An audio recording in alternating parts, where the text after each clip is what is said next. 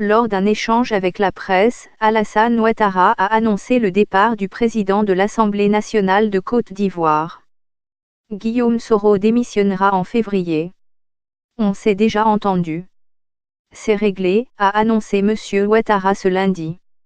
Depuis plusieurs jours, les rumeurs sur le possible départ de l'ex-chef rebelle de la tête de l'Assemblée nationale circulaient sur les réseaux sociaux. Vendredi, au plus fort de ces informations de sources diverses, M. Soro a délégué ses pouvoirs au vice-président de l'Assemblée nationale.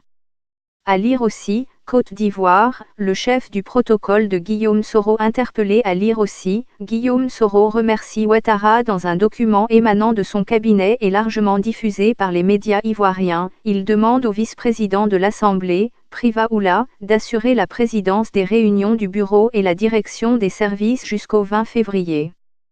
L'actualité du camp Soro est marquée par une série de faits qui consacrent son divorce avec la majorité présidentielle dominée par le Rassemblement des Républicains, RDR, d'Alassane Ouattara.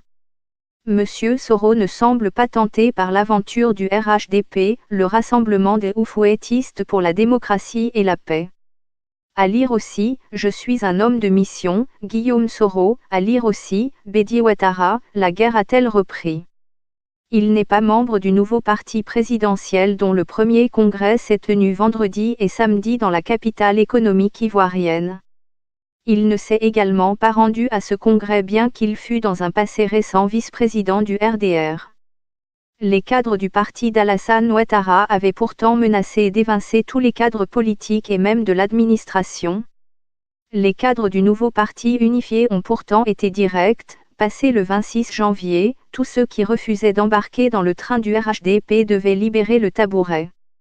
Guillaume Soro semble être le premier à faire les frais de ce nettoyage sur les tabourets.